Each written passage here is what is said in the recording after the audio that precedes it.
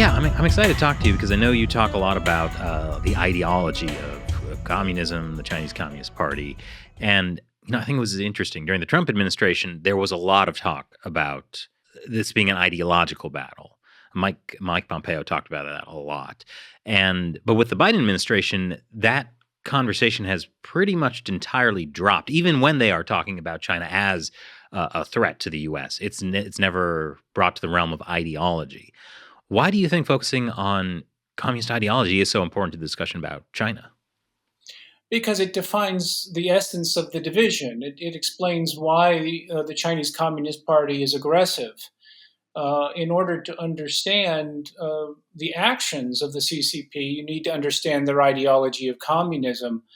And communism, as it's interpreted by the Chinese Communist Party, is ultimately Leninist, and that is inherently an aggressive ideology. So, in order to understand the causes of conflict between the United States and China, or if you will, of the US and its allies in China, we need to understand its ideology. We also need to understand the importance of ideology. Ideology tells you who your friends are, who your enemies are. It tells you for what you're fighting and why you're fighting. It's a motivator as well. In the West, of course, with our political ideology of liberalism, this is a legitimate ideology because it relies on the consent of the people. Focusing on ideology allows us to understand that the Chinese Communist Party is illegitimate because it does not rely on the consent of the people. So the ideological lens is extremely important to understand to get to the fundamental causes of the tension that exists, the Cold War, which presently exists between the United States and its allies and the Chinese Communist Party. Why would you say that there hasn't been so much of a focus on the ideology? With the Biden administration, I think it has because the Biden administration seeks to have a focus on the importance of maintaining the engagement school of thought, that is, to maintain trade relationships with China.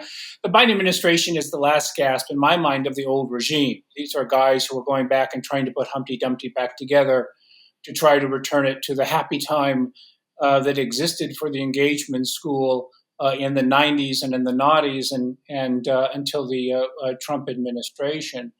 So, from that point of view, of course, to recognize the ideological origins of the conflict would compel them to recognize the differences are insuperable. The CCP is an evil regime; it's odious in every respect, and yet you want to trade with it. So, it's far better for the Biden administration not to call attention to that ideological dimension. It also, I think the Biden administration is minimizing it as well because to focus on that would require them to take far more measures to essentially restrict trade, restrict technology transfer, and to go about really marshaling our alliances, our alliance network in the Indo-Pacific, in a way that the Biden administration has been reluctant to do. Well, so the Biden administration wants to continue trade and so is reluctant to point out ideology. But during the Trump administration, Trump had repeatedly talked about a trade deal, signed a trade deal in January 2020 with China, while at the same time, his Secretary of State Pompeo was talking about ideology. Yes. So can those two things coexist? Well, there's an inherent tension there. And we want to remember our Voltaire that the perfect is the enemy of the good enough, right? The Trump administration was not perfect in its approach to China, but it was far better than the engagement school, which defined previous American presidents. So, yes, Trump did want trade agreements, particularly on soybeans or particularly on agricultural products and other areas. At the same time, I think the Trump administration, Pompeo, others, Matt Pottinger, many others in the Trump administration recognized the ideological nature of the conflict and its insuperable. I think the essence of it, of course, the differences are insuperable. So that tension did exist in the Trump administration. we'll have to see, of course, but the Trump administration was far better, infinitely better than the Biden administration and its return to the failed policies of the engagement school. How would you say, let's say you were suddenly being put in charge of like the State Department, something like that, and now you have to explain to the American people the, ideological issues at play between the US and China. What would you say?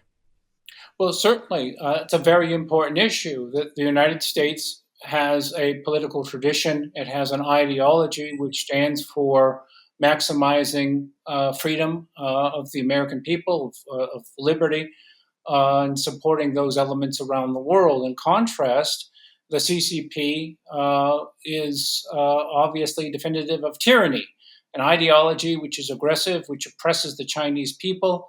It permits and justifies genocide against Muslims, Kyrgyz, Kazakhs, and Uyghur Muslims in Xinjiang.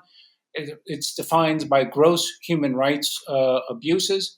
It is an entity which will never go through a civil rights movement, for example. That would even be unthinkable in China.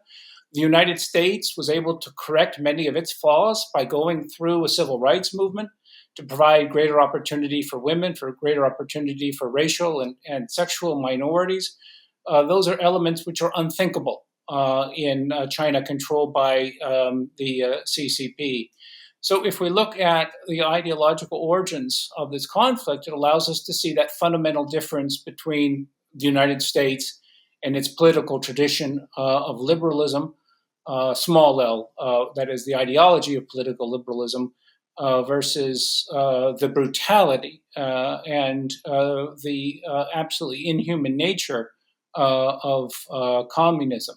There's a reason why refugees want to come to the West, and they're not seeking to get to China, right? And we often vote with our feet, as Bertolt Brecht originally said, right? It's quite clear that empirically, if you look around the world, the West is essentially the location of choice for the world's refugee population, because those individuals know that those societies will treat them better than China, which is definitive, of course, of human rights abuses, of religious abuse, political abuse, of course, and the most coercive practices directed against its own population.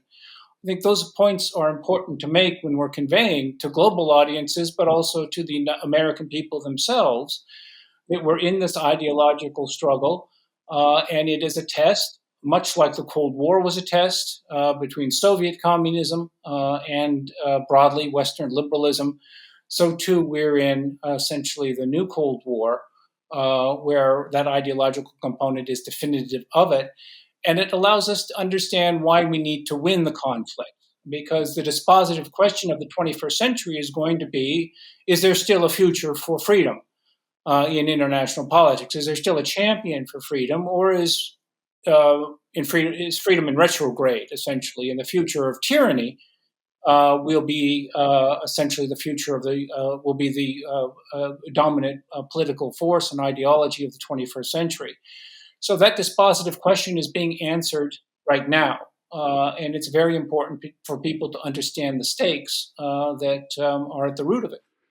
Well, I think one of the challenges of discussing ideology with an American audience is that a lot of people will look at China and say, yes, it is authoritarian. Yes, what they're doing is evil, but they're not communist. And there's this disconnect between authoritarianism and what communism really is. So how would you make that distinction?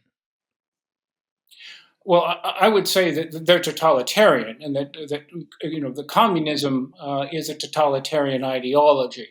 It's not going to tolerate alternative ideologies. It's not going to determine essentially a political choice. It seeks to maintain itself in power in perpetuity. And so when we're thinking through that, and that's a common distinction, well, the Chinese are bad, but they're not really communists. Well, I think that's fundamentally wrong, that the Chinese Communist Party is indeed a communism, and understanding the ideology of Marxism, Leninism, and then through Leninism and Stalinism gives us great insight into the activity of the Comintern and gives us great insight into those who were advising the Chinese Communist Party, governing the Chinese Communist Party, and on Mao's thought historically. So it's extremely important to understand that. And when we do, we'll understand, of course, that compromise with them is not going to be possible because they are locked into an existential crisis.